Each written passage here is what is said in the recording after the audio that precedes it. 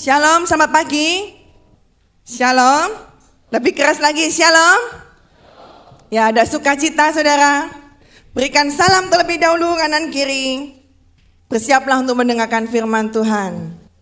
Ya, kita akan membuka firman Tuhan di dalam Matius 16 ayat yang ke-5.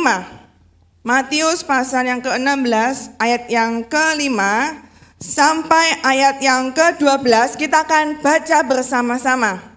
Yang sudah ketemu katakan amin.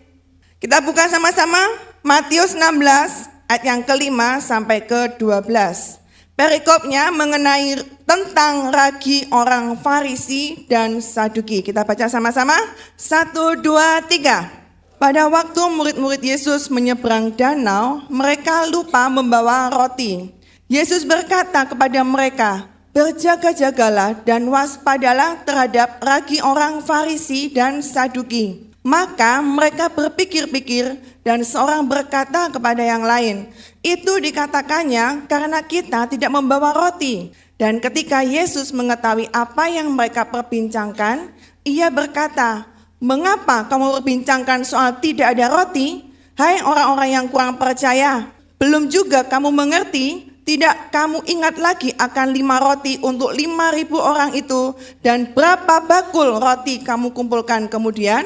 Ataupun akan 7 roti untuk 4.000 orang itu dan berapa bakul kamu kumpulkan kemudian? Bagaimana mungkin kamu tidak mengerti bahwa bukan roti yang kumaksudkan? Aku berkata kepadamu, apa? Waspadalah terhadap ragi orang Farisi dan Saduki." Ketika itu barulah mereka mengerti bahwa bukan maksudnya supaya mereka waspada terhadap ragi roti, melainkan terhadap ajaran orang Farisi dan Saduki. Saudara, perikop ini mengenai ragi orang Farisi dan Saduki, saudara. Kisah ini beruntun dari kitab Matius, ada perjalanan Yesus, saudara. Dari kota ke kota, perjalanan Yesus memberikan pengajaran, saudara. Dan kalau kita lihat sebelum kejadian percakapan Yesus dengan murid-muridnya, itu sebelumnya diawali dengan perikop pasal yang ke-16 ayat yang pertama adalah apa, saudara? Perikopnya?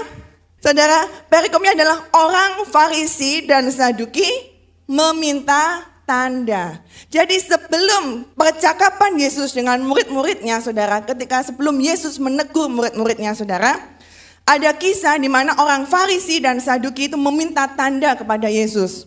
Ya, dan sebelum kejadian ini adalah Yesus memberi makan kepada 4.000 orang. Dan kalau kita telusuri lagi sebelumnya, di pasal 14 Yesus memberi makan kepada 5.000 orang, saudara.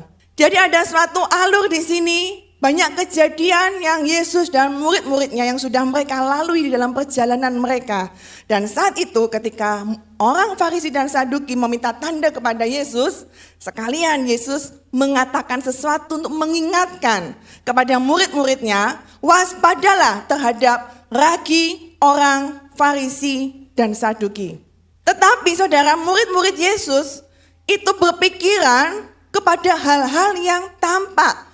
Waduh, kalau bicara ragi, ini berbicara tentang makanan. Saudara tahu ragi? Ragi, saudara. Ragi itu adalah alat pengembang ya yang biasa digunakan untuk membuat kue atau roti. Dengan adanya ragi itu, maka roti bisa mengembang. Nah, di sini pasti Miss Fanny lebih ahlinya gitu ya, mau sering membuat kue. Jadi kalau membuat kue harus diberi ragi, kalau nggak diberi ragi akan buntet, saudara ya. Tahu bahasa buntet? Ya, nggak bisa ngembang, saudara. Nah, di sini ketika berbicara tentang ragi, murid Yesus langsung menyangka, wah ini roti nih. Saudara, berapa lama murid Yesus sudah bersama-sama dengan Yesus dalam perjalanan mereka, saudara.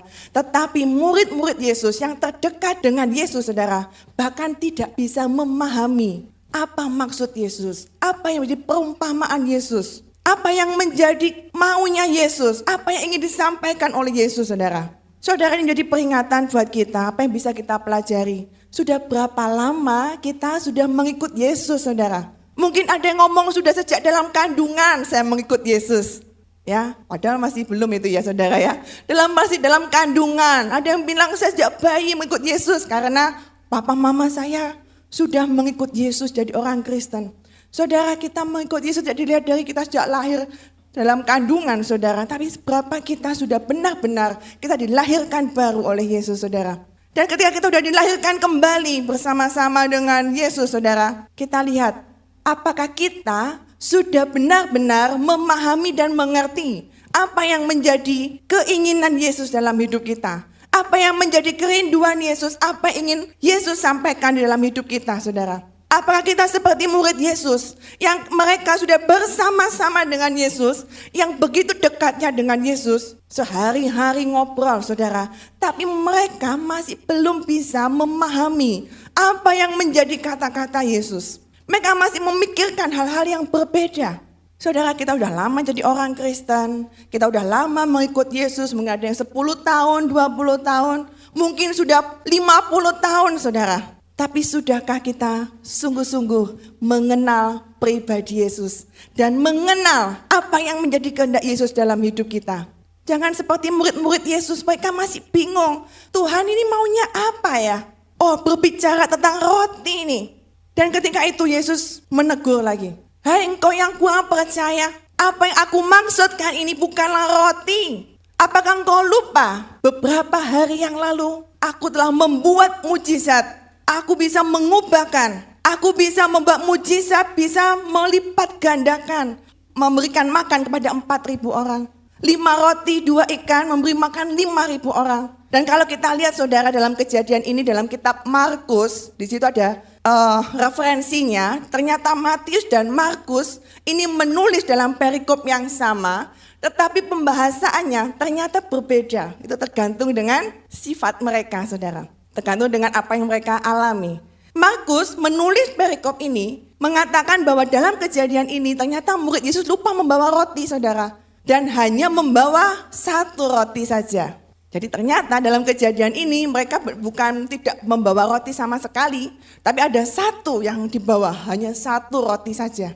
Saudara, dalam perjalanan murid-murid Yesus ketika mereka berkeliling dari kota ke kota, saudara, mereka membiasakan diri membawa bekal. Waduh, nanti kalau di perjalanan mereka gimana kalau gak ada makanan, kemudian untuk keluarganya mereka menyiapkan makanan. Dan di sini ternyata mereka lupa membawa makanan, saudara. Dan hanya 1 roti saja yang mereka bawa dalam kitab Markus.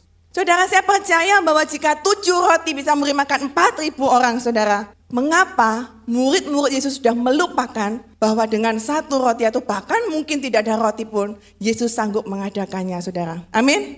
Saudara, mereka telah melupakan mujizat-mujizat apa perbuatan Tuhan Yesus yang sudah mereka alami. Mujizat-mujizat Tuhan yang sudah mereka rasakan, saudara. Saudara, bahkan dalam kitab Markus bahasanya agak menohok, saudara. Coba kita lihat. Markus pasal ke-8. Kalau Matius ini lebih halus, saudara ya. Markus 8 ayat yang ke-14. Markus 8.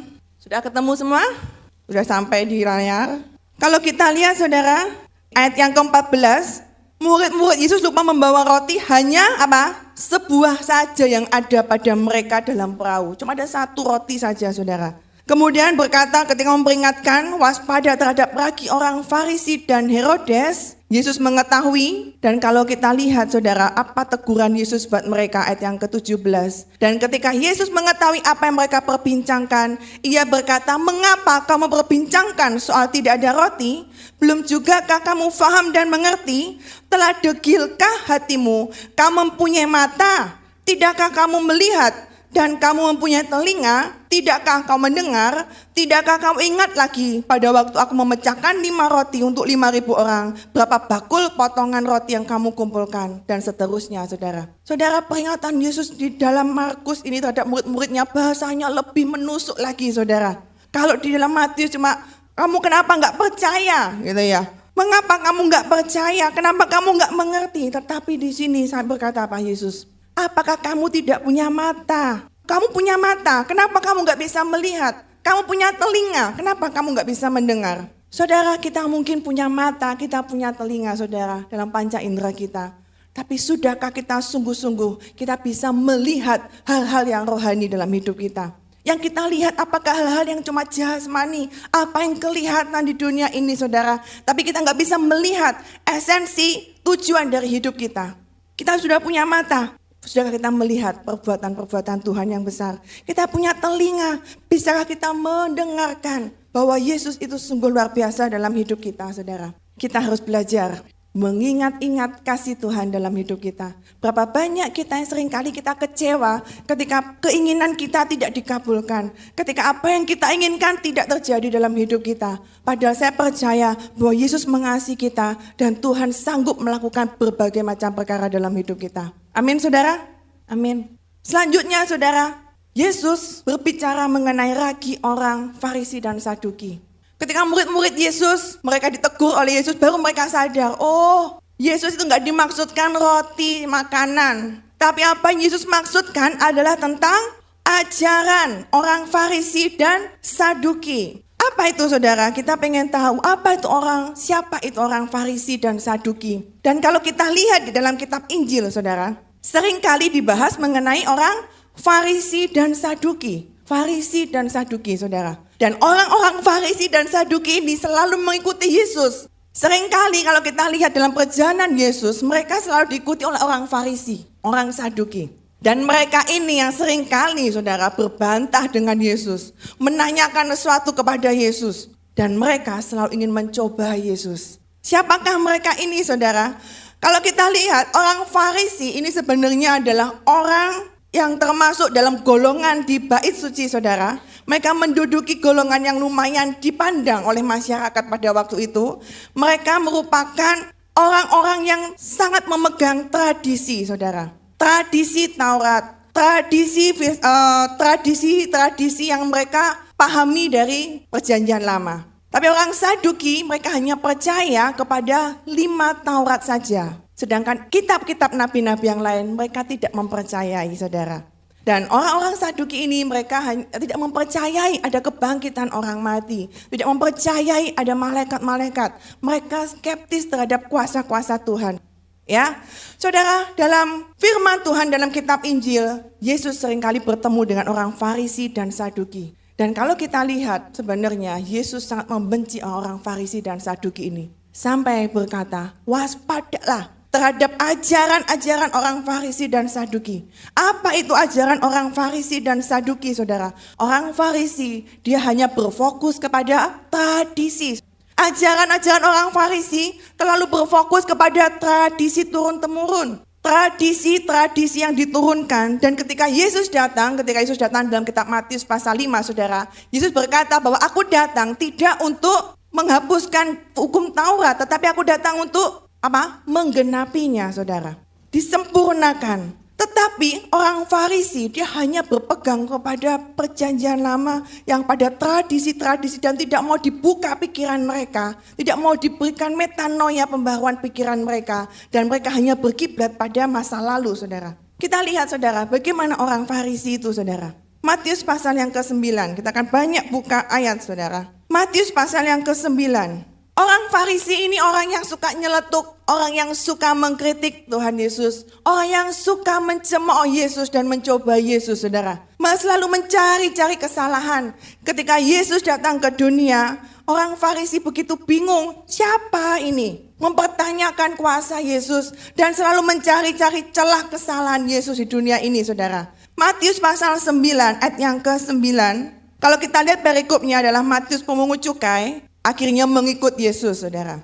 Kalau kita lihat dalam pasal yang ke-11. Waktu itu Yesus datang, kemudian bertemu dengan Matius. Matius adalah seorang pemungut cukai, berkata, ikutlah aku. Dan Matius seketika itu juga dia langsung mengikut Yesus, saudara. Saudara, saya begitu terkesan dengan kitab-kitab di Injil ketika Yesus datang untuk memanggil murid-muridnya. Kalau kita lihat ketika Yesus datang kepada murid-muridnya seorang demi seorang. Ketika Yesus, ikutlah aku. Apa yang mereka lakukan, saudara? Mereka nggak pikir panjang. Mereka langsung datang, mereka langsung pergi mengikut Yesus. Demikian juga ketika Yesus datang kepada Matius. Yesus berkata kepada Matius, ikutlah aku. Apa yang terjadi? Matius langsung berdiri. Ya, Matius langsung berdiri lalu mengikut Yesus, saudara. Berapa banyak di antara kita yang ketika Yesus datang memanggil kita mau langsung berdiri dan kita langsung berjalan mengikut Yesus. Atau kita seringkali kita banyak pertimbangan dalam mengikut Yesus. Matius gak berpikir jauh. waduh nanti kerjaanku gimana ya? Aku kan tugasnya memungut cukai nih, mungut pajak, penghasilanku nanti gimana kalau aku tinggalkan? Mereka nggak pikir panjang, Matius nggak pikir panjang, dia langsung berdiri dan mengikut Yesus. Seringkali ketika kita mau ikut Yesus, kita seringkali mikirnya panjang, saudara. Nanti kalau aku ikut Yesus, gimana ya dengan pekerjaanku? Gimana yang dengan masa depanku? Gimana dengan jodohku? Gimana dengan hartaku? Semua dipikirin, saudara. Kita harus datang kepada Yesus.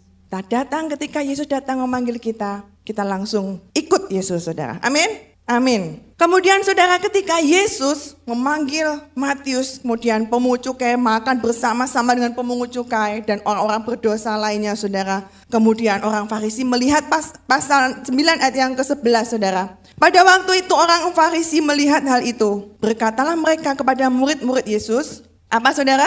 Mengapa gurumu makan bersama-sama dengan pemungut cukai dan orang berdosa? Yesus mendengarnya dan berkata, bukan orang sehat yang memerlukan tabib, tetapi orang yang sakit. Saudara, orang Farisi selalu mencemooh Yesus dan berkata, kamu gak boleh nih makan dengan para pemungut cukai orang yang berdosa. Mereka masih memegang, apa ya saudara? Memegang tradisi, kita gak boleh bergaul dengan orang-orang berdosa. Selanjutnya saudara, contoh-contohnya saudara ya, dalam Matius pasal yang ke-12 ayat yang kedua saudara. Ketika murid-murid Yesus memetik gandum pada hari Sabat, orang-orang Farisi selalu berpegang pada tradisi bahwa tidak boleh yang namanya melakukan sesuatu pekerjaan di hari Sabat. Dan Yesus mematahkan itu, menggenapi, memperbaruinya bahwa apa? Kalau kita lihat saudara, Yesus ketika itu lapar mengambil bulir gandum memakannya. Berkatalah pasal 12 ayat yang kedua, berkatalah orang Farisi kepadanya, lihatlah murid-muridmu berbuat sesuatu yang tidak diperbolehkan pada hari Sabat. Saudara, orang Farisi terlalu memegang kepada tradisi, tapi mereka tidak melihat Yesus, saudara. Ya, demikian juga ketika Yesus menyembuhkan orang pada hari Sabat, orang Farisi semuanya protes. Banyak hal saudara, bahkan ketika hendak makan saudara, murid-murid Yesus ternyata tidak mencuci tangannya terlebih dahulu sebelum makan. Ini bukan hal kebersihan saudara sebenarnya dimaksud pada firman Tuhan ini. Bukan berarti firman Tuhan mengajarkan kita cuci tangan sebelum makan tuh ada ayatnya memang ya saudara ya. Tapi yang dimaksud di sini orang Farisi ini bukan berarti orang yang kalau gitu orang Farisi ini orang yang bersihan gitu ya.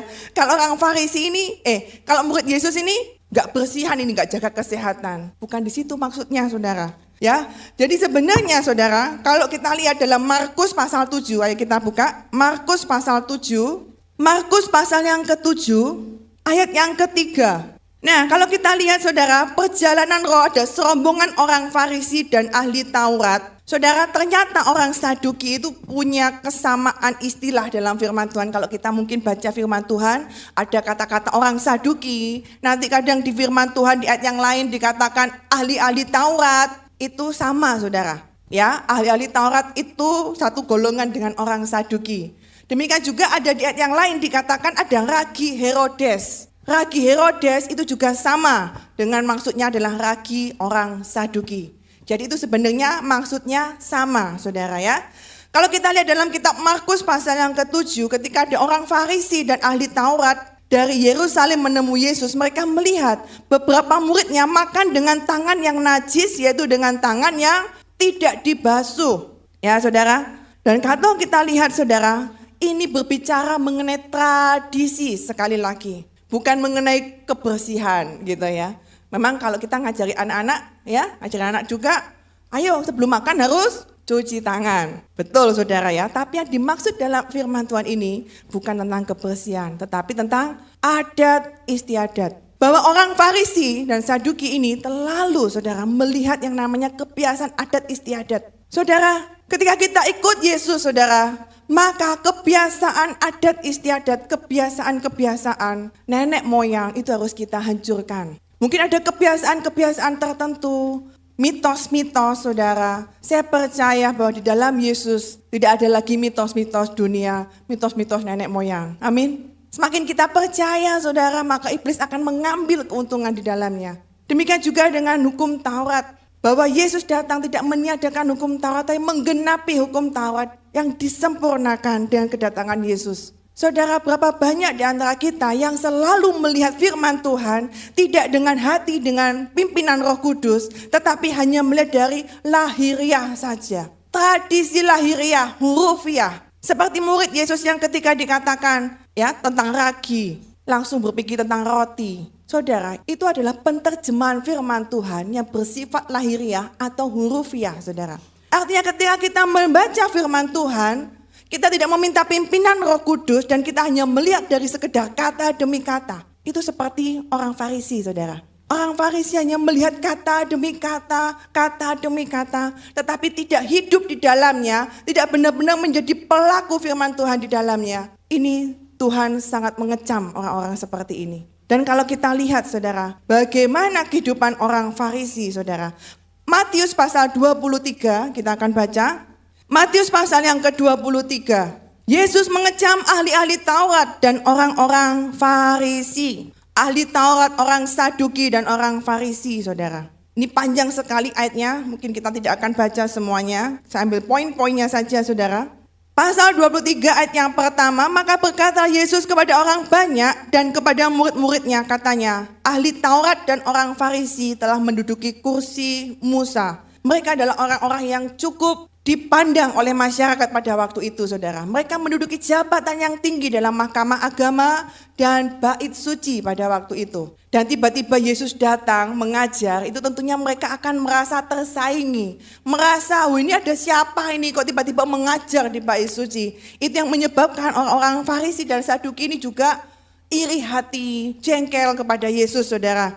Dan oleh karena itu selalu mencari-cari kesalahan dari Yesus. Ayat yang selanjutnya, saudara, ayat yang ketiga, sebab itu turutilah dan lakukanlah segala sesuatu yang mereka ajarkan kepadamu, tetapi jangan kamu turuti perbuatan-perbuatan mereka, karena mereka mengajarkan tetapi tidak melakukannya. Saudara, mereka mengikat beban-beban berat lalu meletakkannya di atas bahu orang, tetapi mereka sendiri tidak mau menyentuhnya. Saudara, maksudnya adalah ajaran tentang Taurat yang memang masih bisa, saudara. Mereka mengerti, saudara. Tetapi mereka tidak melakukan apa yang menjadi isinya, saudara. Mereka hanya bisa apa? Ngomong. Tapi tidak bisa menjadi pelaku-pelaku firman. Ini kita juga belajar sama-sama, saudara. Bukan berarti saya bicara seperti ini, saya sudah sempurna. Bisa melakukan seluruh firman Tuhan. Kita masih disempurnakan. Tapi kita mau belajar, orang Farisi ini mereka tidak sadar atas kesalahan mereka. Ketika mereka ditegur, saudara, mereka tidak pernah sadar bahwa tidak mau ada perbaikan dalam hidup mereka. Sehingga apa? Mereka hanya bisa ngomong, tapi mereka tidak pernah mereka melakukannya. Kalau kita lihat dalam ayat yang keempat, mereka mengikat beban berat kepada orang lain, tetapi mereka tidak mau menyentuhnya. Maksudnya bagaimana, saudara? Mereka mengikat beban, masih kerjaan sama orang. Kasih nasihat kepada orang, tapi mereka sendiri tidak mau melakukan, tidak mau bekerja, saudara. Contohnya nih, ya, ketua Rikom, nasihati nih anak-anaknya, ya. Ayo kita melayani Tuhan sama-sama di desa, gitu ya. Ngajak misi ke desa. Saudara, ternyata ketika saatnya tiba, anak-anaknya sendiri yang pergi, dia sendiri nggak mau, saudara. Sudah, biar anak-anakku sendiri aja yang repot, yang soro-soro, yang mengayuh di pedalaman, biar mereka yang naik perahu, biar mereka nanti yang dikejar ular, gitu ya. Kalau saya nggak mau, saya takut ular, gitu, saudara. Saudara, seringkali orang-orang Farisi ini mereka hanya bisa ngomongin orang. Mereka itu termasuk orang-orang yang dipandang oleh masyarakat dan sering dimintai nasihat, saudara. Banyak masyarakat yang minta nasihat kepada mereka karena dinilai orang-orang yang rohani, saudara. Ya, oleh karena itu mereka suka mengikat beban berat, berikan kepada orang. Mereka tidak mau menyentuhnya, mereka nggak mau mengerjakan apa yang dia katakan, saudara.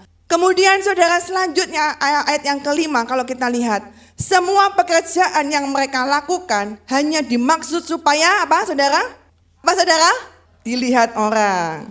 Apa yang mereka lakukan hanya dimaksud untuk dilihat orang. Mereka memakai tali sembayang yang lebar dan jubah yang panjang, saudara. Kalau kita lihat dalam film-film atau mungkin gambar-gambar orang Farisi, memang seringkali digambarkan apa, saudara? Pakai topi biasanya ya, mungkin pernah lihat ya, jenggotnya panjang ya. Kemudian apa? Jubah-jubahnya, wah, panjang-panjang, saudara.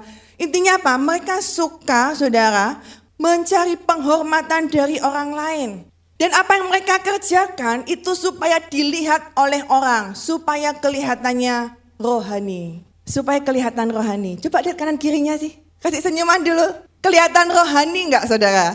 Ya, kelihatan rohani enggak? Ada wajah malaikat enggak di sana? Saudara, kalau di gereja saya percaya tampaknya semuanya imut-imut, saudara. Coba lihat, imut-imut semua. Tampak malaikat semua, saudara, di sini, ya.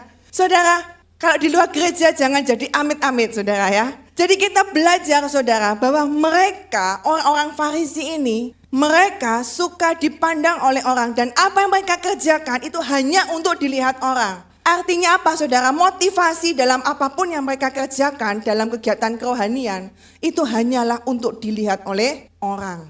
Saudara tahu yang namanya pencitraan, saudara, ya? Pencitraan. Nah, di sini orang Farisi ini yang meneladani yang namanya pencitraan supaya dilihat oleh orang. Saudara, tidak masalah kita mungkin mempublikasikan dokumentasi kegiatan mungkin pelayanan kasih, saudara, ya. Bukan berarti setelah ini nanti ketika ada pelayanan kasih, nggak ada yang berani dokumentasi gitu ya.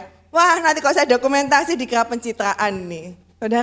Saudara, motivasi hati kita ketika kita mengerjakan sesuatu, apa kita kerjakan untuk Tuhan? Ataukah karena kita benar-benar mengasihi jiwa-jiwa, ataukah hanya untuk supaya dilihat oleh orang? Pencitraan, saudara.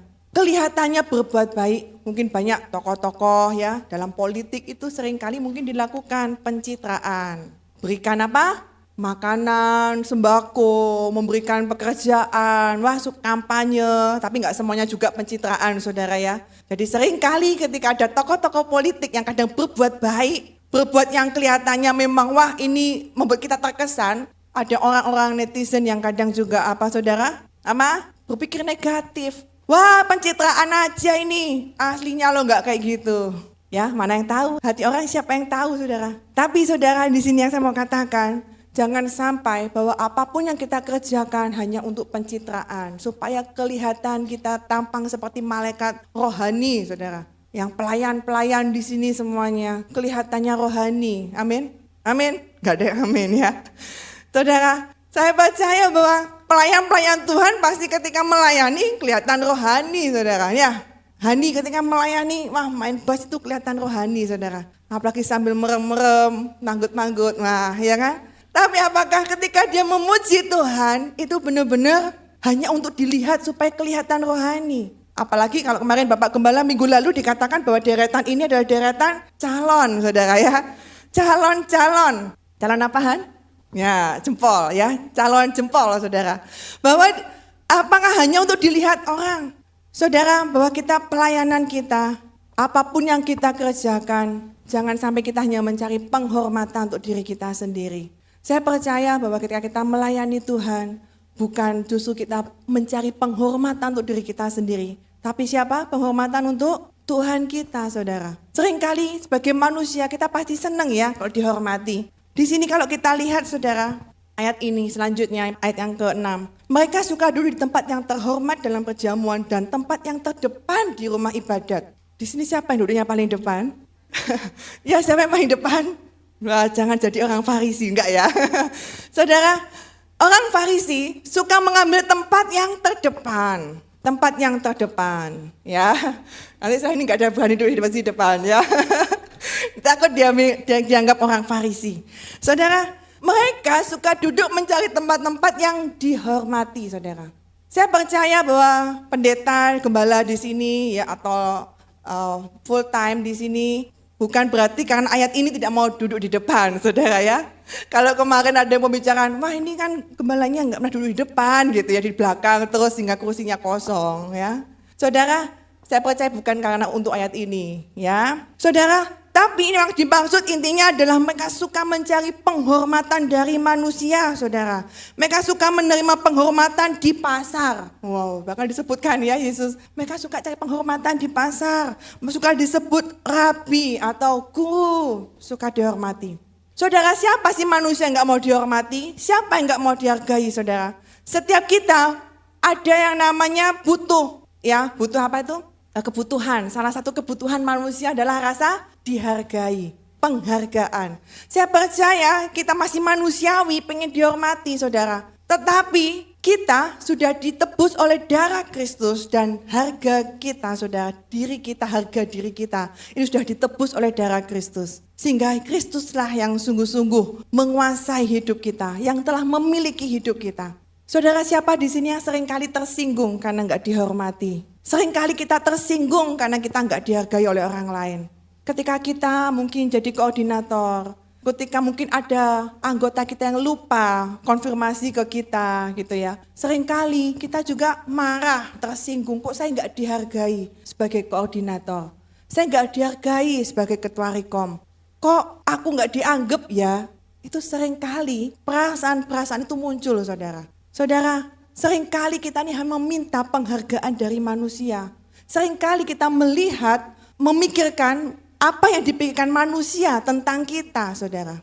Apa ya yang orang lain pikirkan tentang saya? Orang lain berpikir baik tentang saya enggak ya? Atau berpikir hal yang buruk ya tentang saya? Seringkali kita enggak mencari penghargaan dari Yesus. Pernah enggak kita mikir, Yesus bagaimana ya pikiran Yesus tentang saya? Pernah enggak saudara kita merenungkan? Apa yang Tuhan pikirkan tentang saya? Tuhan bangga ya enggak ya sama saya? Tuhan senang enggak ya dengan apa yang saya lakukan? Saya dihargai enggak ya oleh Tuhan? Tapi seringkali kita memikirkan pandangan manusia tentang kita saudara. Dan ini kadang-kali merusak hidup kita. Sehingga kita menjadi orang yang gampang terluka, orang yang suka menyimpan kepahitan. Karena apa saudara? Penghargaan. Karena kita enggak dihargai, karena kita enggak dihormati oleh manusia. Sehingga itu menimbulkan luka-luka dalam hidup kita. Dan kalau kita enggak sembuhkan luka itu akan berpengaruh dalam setiap aspek kehidupan kita. Apapun yang kita kerjakan, dalam pekerjaan kita, dalam pelayanan kita, itu akan sangat merusak saudara. Penghargaan. Ini salah satu ragi orang Farisi yang harus kita waspadai saudara. Ya. Selanjutnya saudara, ini panjang sekali ayatnya. Saya skip, saya ambilkan poin-poinnya. Selanjutnya saudara, ayat yang ke-15 ya. Ini banyak sekali saudara bisa baca sendiri nanti di rumah. Seringkali dalam perikop ini Yesus selalu mengecam orang Farisi dan Saduki saudara dan mengatakan, "Hai kamu orang-orang yang munafik." Hai kamu orang yang munafik. Setiap ayat-ayat banyak yang diawali dengan kata-kata, "Hai kamu orang-orang yang munafik." Orang yang munafik kelihatannya rohani, kelihatannya tampak dari luarnya oke saudara. Tapi kenyataannya mereka tidak menjadi pelaku-pelaku firman Tuhan. Ya, saudara kalau kita lihat di sini saudara ayat yang ke-15. "Celakalah kamu hai ahli Taurat dan orang Farisi. Hai kamu orang-orang munafik. Sebab kamu mengarungi lautan dan menjelajah daratan untuk menobatkan satu orang saja menjadi penganut agamamu. Dan sesudah ia bertobat, kamu menjadikan dia orang neraka yang 2 kali lebih jahat daripada kamu sendiri." Saudara, orang Farisi dan Saduki ternyata juga orang-orang yang mau menginjili saudara. Kelihatannya rohani, kelihatannya mereka menjadi pelaku-pelaku firman Tuhan. Bahkan mereka juga menjangkau jiwa. Mereka menjangkau jiwa saudara. Tetapi apa mereka kalau kita lihat di sini ya apa yang dikatakan Yesus sampai apa yang mereka lakukan? Mengarungi lautan, ya, menjelajah daratan. Wah ini kan bahasa yang puitis sekali saudara ya. Mengarungi lautan. Lautan itu luas saudara, daratan. Tetapi ketika mereka datang mereka menobatkan jiwa. Satu orang yang mereka tobatkan, tetapi apa yang dia lakukan? Pengikutnya jauh lebih jahat daripada dirinya sendiri. Saudara, kenapa? Karena dia mengajarkan pengajaran yang sesat saudara. Pengajaran-pengajaran yang tidak sesuai dengan ajaran Yesus. Sehingga apa? Orang itu akan terkena dengan pikiran-pikirannya sendiri. Dan bahkan menjadi lebih jahat daripada sebelumnya. Saudara, berhati-hatilah dengan ragi orang Farisi dan Saduki. Selanjutnya saudara, kalau kita lihat ayat yang ke-23. "Celakalah kamu, hai ahli Taurat dan orang Farisi, kamu orang munafik, sebab apa? Persepuluhan dari selasih adas manis jintan kamu bayar. Tetapi yang terpenting dalam hukum Taurat kamu abaikan, yaitu keadilan, belas kasihan, dan kesetiaan. Yang satu harus kamu lakukan, yang lainnya jangan diabaikan." Saudara, orang Farisi ini sebenarnya mereka juga mengajarkan kebenaran, saudara. Mengajarkan Taurat, mengajarkan apa yang benar, yaitu sesuai dengan Taurat Musa, saudara. Tetapi sekali lagi mereka hanya hurufiah dan mereka tidak benar-benar melakukannya dengan sungguh-sungguh dari hati mereka. Oleh karena itu sering dikatakan mereka orang yang munafik. Mereka hanya melakukan apa yang menjadi tradisi secara yang kelihatan. Ya kalau emang harus disuruh kasih perpuluhan, suruh kasih persembahan, ya pokoknya tak bayar lah. Kalau memang disuruh perpuluhan ya saya bayar. Ya, mereka rajin loh saudara dalam perpuluhan. Mereka rajin kasih persembahan. Itu salah satu perintah hukum Taurat juga. Mereka menjadi pelaku-pelakunya. Tetapi apa yang lebih penting dari itu tidak mereka lakukan. Yaitu keadilan, belas kasihan, dan kesetiaan. Saudara pernah dengar ayat firman Tuhan bahwa ketika kita menjadi pengikut Kristus, jika ada 100 perintah saudara, kita mengikuti 99 dan 1 kita tidak melakukan, itu sama aja kita sudah berdosa. Oleh karena itu saudara, betapa suci dan salehnya kita harus hidup. Kita masih manusia yang penuh dengan kelemahan.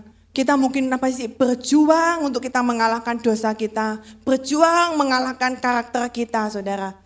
Tapi yang penting kita harus mau apa saudara? Dibentuk oleh Tuhan. Amin. Berikan salam kanan kiri. Mau dibentuk oleh Tuhan. Kita harus mau dibentuk oleh Tuhan saudara. Ayat yang selanjutnya kalau kita lihat ini Yesus menekankan kembali ya dengan memberikan perumpamaan saudara. Ayat yang ke-25 dan seterusnya. Kita lihat, hai orang Taurat dan orang Farisi, kamu orang yang munafik. Cawan dan pinggan kamu bersihkan sebelah luarnya, tetapi sebelah dalamnya penuh rampasan dan kerakusan. Kemudian selanjutnya, bersihkan dahulu sebelah dalam cawan itu, maka sebelah luarnya juga akan bersih. Dan selanjutnya saudara, mereka intinya Yesus mengatakan bahwa kamu ini sukanya yang luar-luarnya aja. Dalamnya enggak kamu kerjakan, enggak benar-benar dari rohaninya yang dilihat. Ya, seperti kalau kita anggap aja kalau cari jodoh saudara. Ya, cari jodoh ini ibaratnya mencari jodoh. Yang dilihat tuh hanya apa saudara? Yang luarnya saja. Nah berarti itu orang apa? Orang apa? Gak ada yang berani ngomong ya. Orang Farisi. Orang Farisi saudara ya. Ya, ibaratnya itu kalau seperti cari jodoh.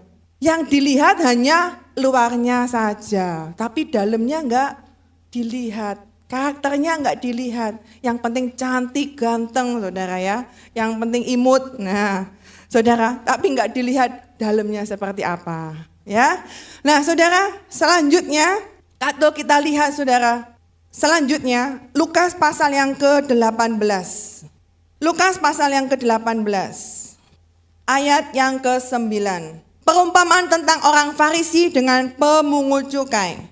Dan kepada beberapa orang yang menganggap dirinya benar dan memandang rendah semua orang lain, Yesus mengatakan perumpamaan. Yesus ini mengatakan perumpamaan, saudara ya. Ada dua orang pergi ke bait Allah untuk berdoa. Yang seorang adalah orang Farisi dan yang lain adalah pemungut cukai.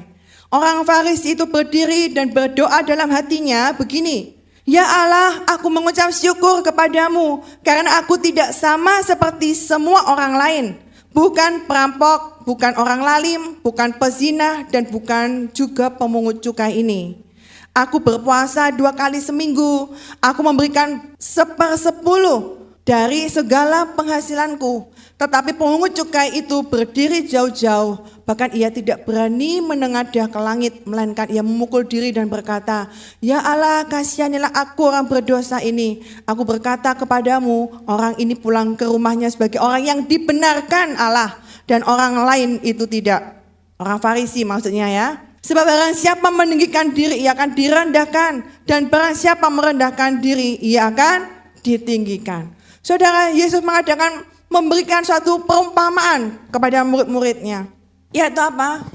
Orang Farisi ini diibaratkan Yesus, ini dia selalu merasa dirinya yang paling benar. Siapa di sini yang sering kali kita merasa diri kita paling benar, merasa kita memiliki kesombongan rohani, saudara. Wah, aku ini loh, untung aku enggak kayak dia. Dia itu loh, bla bla. Nah, saudara, sering kali kita ini apa? Menjelekkan orang lain, menghakimi orang lain, dan merasa diri kita paling benar, saudara. Karena itu kita berhati-hati ketika kita mengucapkan sesuatu tentang orang lain. Apakah ini berupa penghakiman atau ini berupa peninggian diri kita. Dan Tuhan benci dengan sifat-sifat seperti ini. Ya, di sini dikatakan orang Farisi itu berdoa dan dia berkata, aku mengucap syukur kepadamu Tuhan. Kelihatannya rohani kan doanya. Aku mengucap syukur kepadamu Tuhan. Ya, dia berkata, aku tidak sama seperti semua orang ini. Artinya apa? Aku ini loh paling benar. Aku ini paling rohani. Aku ini tidak orang yang suka perampok. Aku bukan orang lalim. Aku bukan orang pezina. Aku juga bukan orang seperti pemungut cukai ini. Nih lihat nih apa yang sudah aku lakukan. Ya, karena dia megang tradisi saudara. Dia hanya megang tradisi. Aku sudah berpuasa 2 kali seminggu. Aku sudah berikan perpuluhan dari penghasilanku. Kesombongan rohani saudara. Hati-hati. Jangan sampai kita menjadi sombong rohani. Dan hati-hati jangan sampai kita juga sering pakai topeng. Ya, orang Farisi ini suka pakai topeng. Kelihatan dari luarnya baik. Tapi dari dalamnya dia tidak ada apa-apanya saudara. Hati-hati saudara terhadap ragi ajaran-ajaran orang Farisi dan Saduki. Kenapa disebut dengan ragi saudara? Ragi tadi ya adalah pengembang adonan kue. Dan kalau kita lihat ternyata ragi ini bisa mengubah bentuk.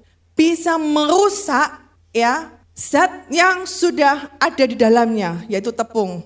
Tepung saja itu tidak akan pernah bisa jadi roti tanpa diberikan ragi. Sehingga mengubah apa ya namanya? Kalau bahasa kimia mungkin lebih pintar ya. Siapa di sini yang kimia? Mengubah zatnya itu menjadi zat yang berbeda. Dan cara kerjanya adalah pelan-pelan saudara. Pelan-pelan tetapi lama, pelan-pelan, perlahan tapi pasti itu akan merusak. Sehingga Yesus seringkali menggunakan perumpamaan tentang ragi ini sebenarnya tentang hal-hal yang negatif. Untuk hal-hal yang negatif, Yesus sering berbicara tentang ragi untuk hal yang negatif. Yesus berbicara tentang dosa, ya, diumpamakan dengan ragi. Sedikit ragi sudah mengkamilkan seluruh adonan. Dan seringkali Yesus juga mengajarkan ini tentang dosa, kemudian juga diibaratkan tentang ajaran seperti dalam tadi, tentang orang-orang Farisi tadi saudara. Demikian juga seringkali diibaratkan saudara, bahwa ragi ini saudara, ketika kita mulai terpengaruh dengan ragi ini, itu secara tidak sadar, pelan-pelan, lama-lama kita akan dirusakkan. Oleh karena itu, ketika Yesus mengibaratkan ajaran orang Farisi dan Saduki dengan istilah ragi, sebenarnya bahwa pengajaran-pengajaran sesat, pengajaran-pengajaran tradisi atau ajaran-ajaran orang Farisi dan Saduki ini saudara, itu bisa seperti sifatnya seperti ragi, yang awalnya mungkin kita nggak sadar bahwa diri kita sebenarnya sudah sedang dirusak. Ya, pikiran kita, hidup kita sebenarnya sudah dan sedang dirusak tanpa kita menyadarinya. Dan kalau kita biarkan ragi ini menyebar dalam hidup kita, maka zat yang di dalam hidup kita, roh kita, itu akan menjadi zat yang berbeda saudara. Roh Yesus yang ada di dalam kita, yang penuh dengan kemurnian, jika kita enggak menjaganya dengan sungguh-sungguh, dan ketika ragi itu masuk saudara, kita akan mulai dirusakkan oleh ragi itu. Dan kita akan menjadi bahkan orang-orang yang munafik, bahkan menjadi orang-orang yang menyangkal Yesus saudara. Wah, bahaya sekali sifat ragi ini. Oleh karena itu kita harus berhati-hati. Jika firman Tuhan berkata setia dalam perkara kecil, hal-hal yang kecil itu akan menjadi hal-hal yang besar saudara. Ketika kita tidak menjaga hal-hal yang kecil dalam hidup kita, ketika kita biarkan dosa sedikit aja dalam hidup kita ini berkembang, maka itu akan menyebar dan itu akan berbuah-buah dalam hidup kita juga saudara. Dosa, kalau diibaratkan dosa itu adalah apa? Meleset dari sasaran. Ya, hamartia meleset dari sasaran. Dan kalau kita lihat, dulu saya pernah sampaikan ini saudara, tentang busur. Dulu kita SD pernah belajar tentang busur ya. Saudara, coba kita gambarkan sebuah busur.